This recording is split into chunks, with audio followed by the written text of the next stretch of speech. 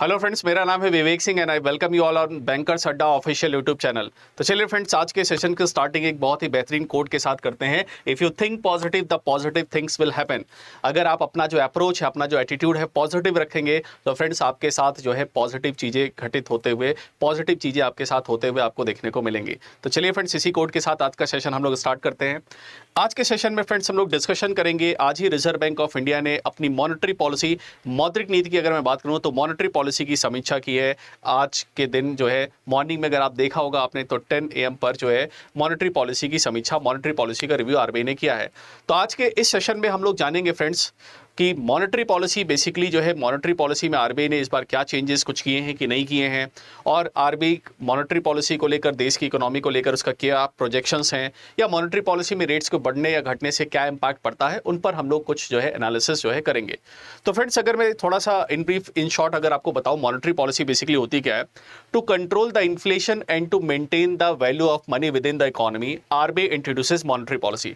देश के अंदर इन्फ्लेशन को कंट्रोल करने के लिए और इकोनॉमी में स्टेबिलिटी को मेंटेन करने के लिए रिजर्व बैंक ऑफ इंडिया क्या करता है फ्रेंड्स? मॉनेटरी पॉलिसी को क्या करता है? इंट्रोड्यूस करता है।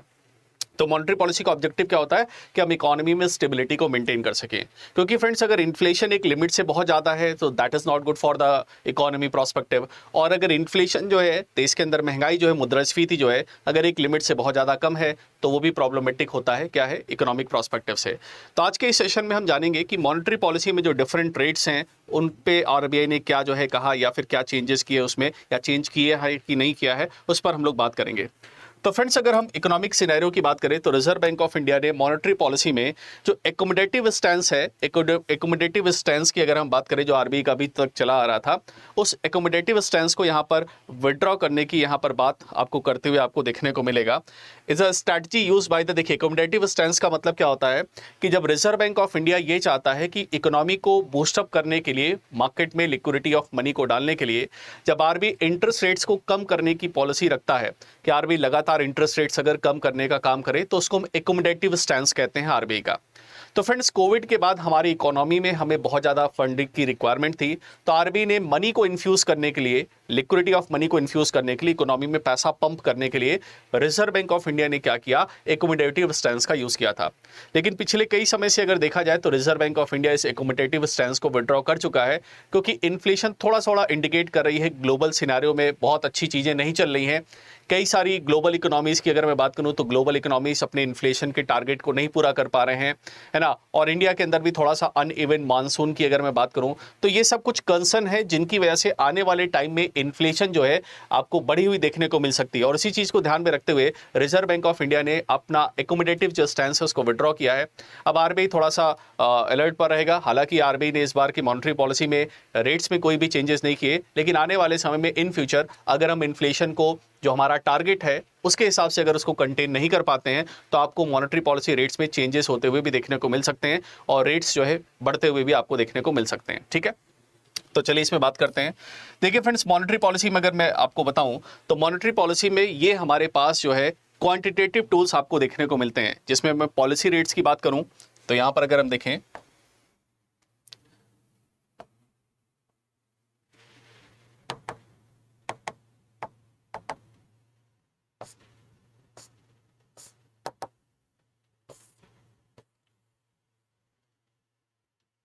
चलिए तो यहां पर अगर मैं रेट्स की यहां पर बात करूं, just a second, why this pen is not here.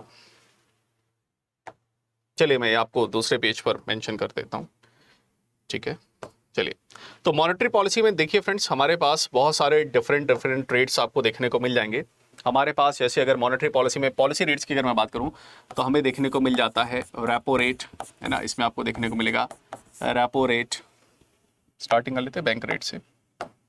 Major rates की अगर मैं बात करूं जो हमें यहाँ पर देखने को मिलते हैं, इन रेट्स में अगर हम देखें तो हमें एक तो देखने को मिल जाता है बैंक रेट, हमें यहाँ पर देखने को मिल जाता है रेपो रेट, हमें देखने को मिलेगा reverse repo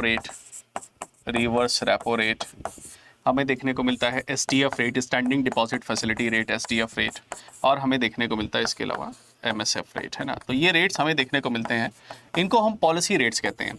in policy rates को चेंज करके reserve bank of India economy में लिक्विडिटी ऑफ मनी को बढ़ाने या घटाने का काम करता है, ठीक है।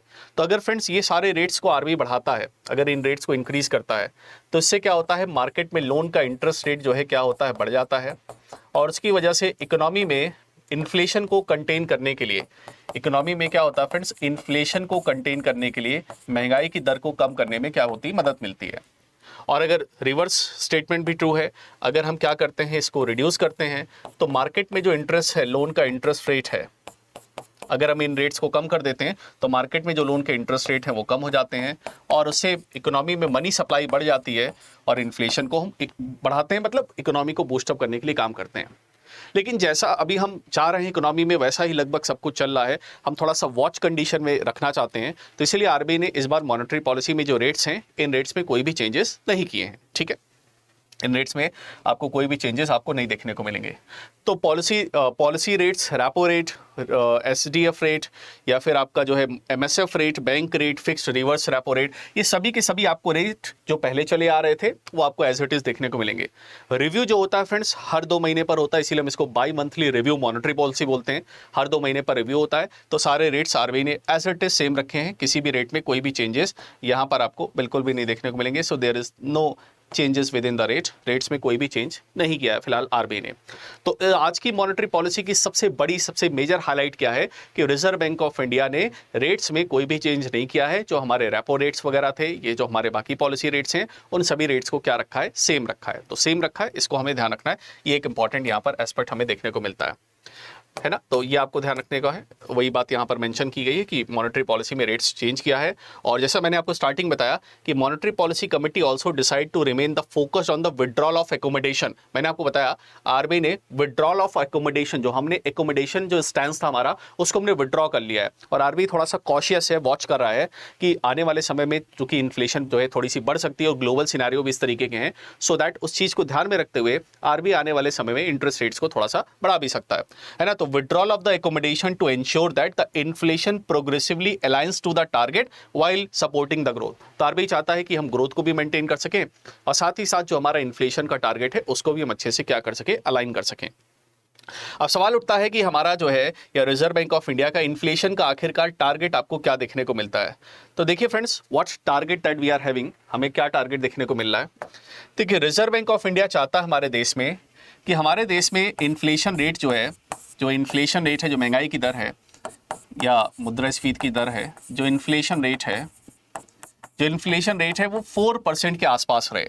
4% तो हम चाहते ही हैं, हमारा जो मेजर फोकस है 4% पर रहे, लेकिन इसमें ±2% का टॉलरेंस हमें देखने को मिलता है। मतलब +2 की अगर मैं बात करूं तो इसमें अगर आप +2 जोड़ें तो 6% तक ये मैक्सिमम चली जाए, और अगर कम हो जाए तो ये इसमें -2 कर दीजिए, -2%, तो दैट इज यहाँ पर 2%, है ना। तो ±2% टॉलरेंस के साथ है, मतलब जो इन्फ्लेशन है that must be with in the range of 2 to 6%, 2 से 6%, 2 to 6% की रेंज में रहे। और हमारा ऑब्जेक्टिव है इस 4 पर ही हमारा इंडिकेटर बना रहे, 2 और 6 के बीच में। अगर 6 जाती है तो उसको वापस लाएंगे 4 की तरफ, और अगर 2 चली जाती है तो उसको वापस इंक्रीज करके लाएंगे 4%। सो 4% का जो आपका आरबीआई का जो टारगेट है वो मेंटेन करने के लिए आरबीआई ने कहा है। तो वही बात यहाँ पर लिखी हुई है कि reserve bank of India medium term target की अगर बात करें इन्फ्लेशन की, सो 4% पर हमारा क्या है, फोकस है, और हम 4% पर जो इन्फ्लेशन रेट को मेंटेन करने के लिए काम करना चाहते हैं, उसके लिए हम पूरी तरीके से फोकस्ड हैं, ठीक है। तो थोड़ा बहुत यहाँ प्लस में रहेगा तो उसको हम कंट्रोल करने के लिए काम करेंगे, ठीक। चलिए और इसमें देख लेते हैं क्या कहा आरबीआई ने। आरबीआई ने जो फ्रेंड्स हमारे फाइनेंशियल ईयर 2024 की अगर मैं बात करूं, तो फाइनेंशियल ईयर 2024 के लिए जो वित्तीय वर्ष में जो जीडीपी की ग्रोथ है, जो हमारे देश के सकल घरेलू उत्पाद की जो ग्रोथ दर है, उसको 6.5% जो है यहाँ पर फोरकास्ट किया, वो कि अनचेंज है। मतलब हमारा जो करंट फाइनेंशियल ईयर पूरा जो चल रहा है, इसमें हमारी इकोनॉमी 6.5% जीडीपी ग्रोथ रेट के साथ आगे बढ़ेगी। तो विकास दर में वहाँ पर कोई भी चेंज नहीं किया है, मतलब हमारी जैसे ग्रोथ थी वैसी ही उसी ग्रोथ को आरबीआई ने आगे भी प्रेडिक्शन वही सेम रखी है, तो उसमें कोई चेंजेस नहीं बताया आरबीआई ने। क्वार्टर के प्रोस्पेक्टिव्स यहाँ पर कुछ डेटा दे रखे, उतना ज़्यादा आपको याद रखने की जरूरत नहीं कि किस क्वार्टर में कितना चेंज होगा। तो फोरकास्ट में 6.5%, 6%, 5.7%। तो हमारा इस साल का जो लास्ट क्वार्टर होगा, मतलब अगर आप देखें तो अक्टूबर, नवंबर, दिसंबर, जनवरी, फरवरी, जनवरी फरवरी मार्च और दिसंबर जनवरी फरवरी मार्च तक का जो डेटा होगा उसमें आपको थोड़ा बहुत रिडक्शन आपको देखने को मिल सकता है, क्योंकि स्लो डाउन ग्लोबल पर्सपेक्टिव पर है। ठीक है, और 2024 के लिए जो हमने सीपीआई कंज्यूमर प्राइस इंडेक्स की जो इन्फ्लेशन हम प्रेडिक्ट कर रहे हैं दैट इज अगर यहाँ पर अगर आप देखें तो हम प्रेडिक्ट कर रहे हैं दैट इज 6.6%। इसका मतलब हमारा टारगेट कितने का? 6%। Still we are behind the target. हमारा टारगेट है फ्रेंड्स 6% तक इन्फ्लेशन को लाने का, बट 6.6% की हम प्रेडिक्शन कर रहे हैं। इसका मतलब क्या है? रिटेल एस्पेक्ट पर अभी भी 0.6% इन्फ्लेशन रेट आपको ज़्यादा देखने को मिलेगी, मतलब अभी भी हमारे लिए इन्फ्लेशन एक बड़ा कंसर्न है।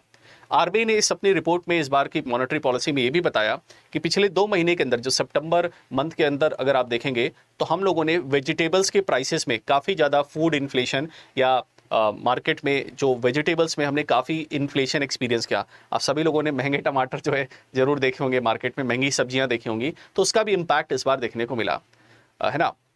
इसके अलावा जो मानसून है वो भी थोड़ा सा अनइवन रहा, तो मानसून का भी कंसर्न एक थोड़ा सा वहाँ पर बना रहा है ना, और क्रॉप का जो प्रोडक्शन है उस पर भी फोकस रहा। ठीक, अब चलिए बात कर लेते हैं थोड़ा सा एक इंपॉर्टेंट एस्पेक्ट पर, एक इंपॉर्टेंट कंसेप्ट पर। यहाँ पर फ्रेंड्स मॉनेटरी पॉलिसी कमेटी की अगर मैं बात करूं, आरबीआई हर 2 महीने पर मॉनेटरी पॉलिसी का रिव्यू लाता है। जैसे भी आज अभी अक्टूबर में रिव्यू आया है, नवंबर छोड़ के दिसंबर में आपको फिर से दिसंबर के फर्स्ट वीक में आपको रिव्यू देखने को मिलेगा। तो आरबीआई हर 2 महीने पर मॉनेटरी पॉलिसी को रिव्यू करता है, जिसमें वो फोकस करता है कि जो हमारा इन्फ्लेशन का टारगेट है उस टारगेट को हम अलाइन कर पा रहे हैं कि नहीं, उस टारगेट को हम पूरा कर पा रहे हैं कि नहीं। और जैसी सिचुएशन चल रही होती है उसके अकॉर्डिंग आरबीआई क्या करता है, अपना डिसीजन अपना लेता है। Monetary policy committee friends 6 member body होती है, जिसमें 3 members from RBI side, 3 members from government of India side होते हैं। ये 6 मेंबर मिलकर डिसाइड करते हैं कि कितना इंटरेस्ट रेट रखा जाएगा या मॉनेटरी पॉलिसी में क्या डिसीजन लेना है। वोटिंग प्रोसेस के थ्रू काम होता है। 6 मेंबर हैं, वोट करते हैं, और जिस बात पर मेजोरिटी होती है उस चीज़ को कंसिडर कर लिया जाता है, उस चीज़ को एग्री कर लिया जाता है।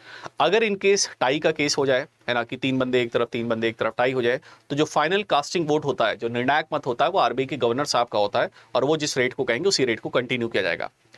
2016 से पहले देश के अंदर मॉनेटरी पॉलिसी कमेटी का कंसेप्ट नहीं था।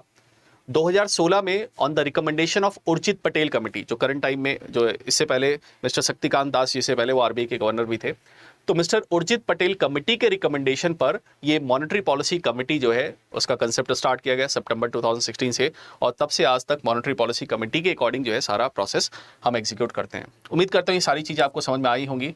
और अधिक जानकारी के लिए अगर आप जनरल अवेयरनेस शो में कनेक्ट होना चाहें तो फ्रेंड्स जरूर कनेक्ट होइए रात को 9 बजे, जिसमें मैं फाइनेंस और इकोनॉमी से रिलेटेड बहुत सारे क्वेश्चंस, इंपॉर्टेंट करंट अफेयर्स के साथ एमसीक्यूज यहाँ पर मैं डिस्कस करता रहता हूँ in the general awareness show. ये पूरा 1 आवर का शो होता है 9 to 10 PM daily, Monday to Saturday. आप इसमें बिल्कुल मेरे साथ जुड़ सकते हैं। ठीक है, आप सभी लोगों के लिए क्वेश्चन है, एसएलआर जो है किस लिए रेफर करता है, ये एसएलआर के अंदर किस फॉर्म में हम एसएलआर को मेंटेन करते हैं, इसका आंसर आप कमेंट सेक्शन में मेरे को जरूर बताइएगा।